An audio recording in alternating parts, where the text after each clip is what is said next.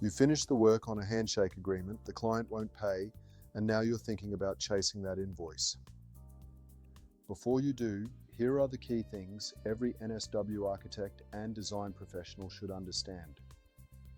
First, pursuing unpaid fees on a verbal agreement may provoke a client cross-complaint to the NSW Architects Registration Board for failing to document the engagement in writing.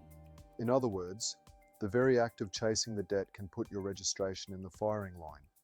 Second, if your services extend into residential building work, the Home Building Act 1989 in New South Wales typically renders oral contracts unenforceable for the recovery of damages.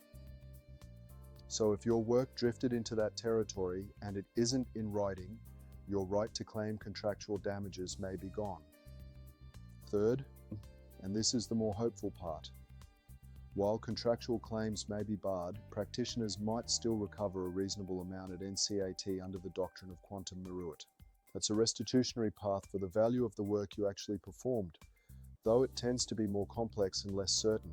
And fourth, operating without documented limitation of liability clauses can leave design professionals significantly exposed to the non-excludable statutory duty of care under the Design and Building Practitioners Act 2020 in New South Wales.